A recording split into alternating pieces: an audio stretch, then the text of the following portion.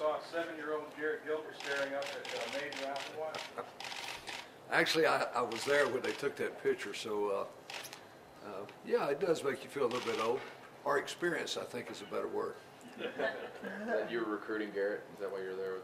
Yeah, we knew early. Coach, obviously, it's exciting when a player takes a job, and that's what you guys want, especially at running back. Talk about what Cody, his performance, and how excited you guys were when he took that job.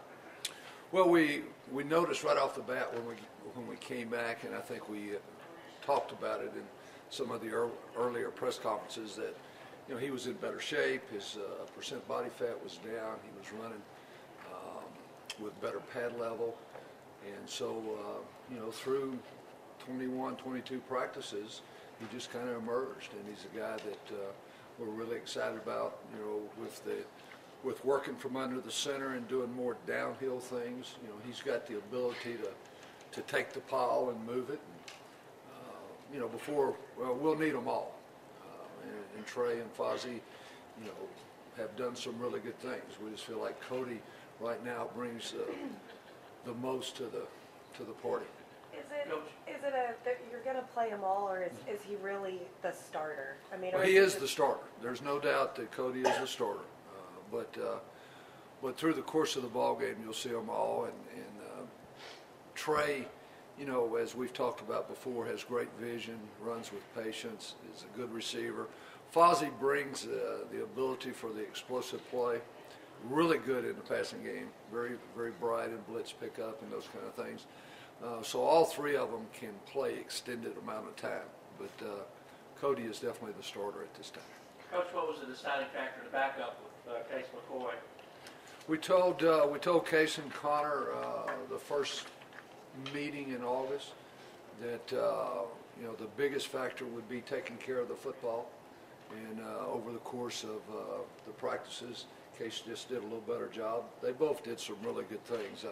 I'm excited about both of them, but that was the deciding factor. Coach, if we had talked a month ago about the freshmen, you wouldn't have known what they would do, how they would react, and yet sitting here today and the depth chart comes out, and there's a lot of young kids that have apparently made quite an impact in the last couple of weeks. Can you just talk about that process and how they made kind of emerge? Well, you never count on a freshman. You don't know if they're going to be in shape. You don't know if the volume of information, the tempo of the game, you just don't know how they're going to handle all that. But it was real obvious early that Mike Davis really did a good job in the slot. He's a natural ball catcher. He's got some natural skills in there, so we're excited about him. Trey Hopkins is a guy that we started at left tackle early in camp. We had an injury to Mason, minor injury, but he was going to miss a couple of days, so we took Trey and moved him to guard. Very bright guy. Reminds me a little bit of a young Justin Blaylock. Never says anything. When he asks a question, it's a very good question, and so he's obviously got himself in a position that he's going to play. Darius White just continues to grow. He's a big guy that can make. He made a great play in one-on-one coverage the other day in our last scrimmage, and so those are guys that have stepped up, and we're going to play them. How do you give all those young guys the time they need, plus your veteran guys the time they need in this first one? Well, in camp you're throwing so many balls. I mean, from the time they walk on the field, so it's easy to give them time. Garrett doesn't get as much time with all of them as some of the other quarterbacks, but Mike has been alternating in with John Childs in the first huddle for maybe 10 days now. So I think Garrett has a good feel for him in that spot. But just as far as like a game, like going into this game, Coach Brown said that that's one of the difficult things is finding playing time and how much you're going to play them and all that stuff.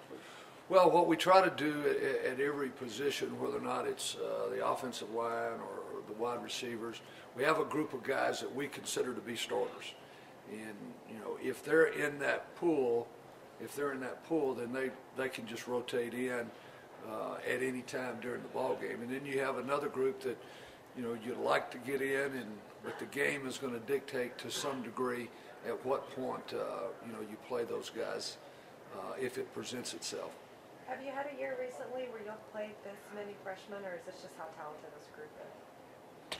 I'm not sure, Leslie. I'd probably have to go back and look, but this is a very good class. It's obvious that it is a very good class on both sides of the ball. Is there a biggest concern?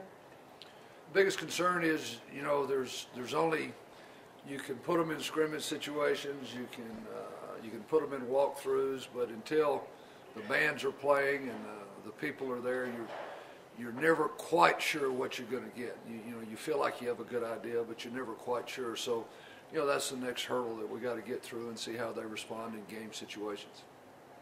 Coach, there's a lot of talk sometimes about quarterbacks having favorite receivers. From an offensive coordinator's perspective, how much do you want that? With what you've got right now, how much do you want that with Garrett, and how much do you maybe not? Right now, what I see is probably 3 or 4 guys catching 30 to 40 balls as opposed to one guy catching 100 balls. And I think he has really good chemistry with several of the guys. So I don't know that there'll be, at least early, that go-to guy, that Shipley, that everything is designed to try to get him in a one-on-one situation.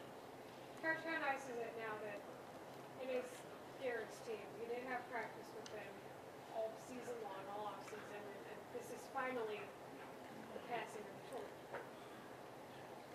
Yeah, it's been fun. It's been fun. Colt was here for 5 years, and fall camp, installations, and look around in the meetings and he's not sitting back there. It's a little bit unusual, but I think Garrett is a lot of the same qualities. He's a very bright guy. Doesn't say a whole lot. His leadership is mainly through actions and the way he prepares and the way he practices, and so we're excited about him. I think he's going to be an outstanding player. How much do you want him to, maybe not erase the impressions from that Alabama game, just build on that and use that? Well, I think it was obvious in spring when we started spring that the experience he gained in that ball game was, you can't hand that to somebody. You have to go do it. And the experience that he gained against on the stage that he was on against a quality football team, and the way he improved from the beginning when he went in, I think that speaks volume about him. I don't know if y'all said, will Connor redshirt? Well, we would like to. What we told Connor is that it was a very close decision. We're very pleased with a lot of things that he did during the course of camp, but at the same time, we don't make decisions on redshirting until 6-7 games into the year. So we have kept him with us. He's in all the meetings.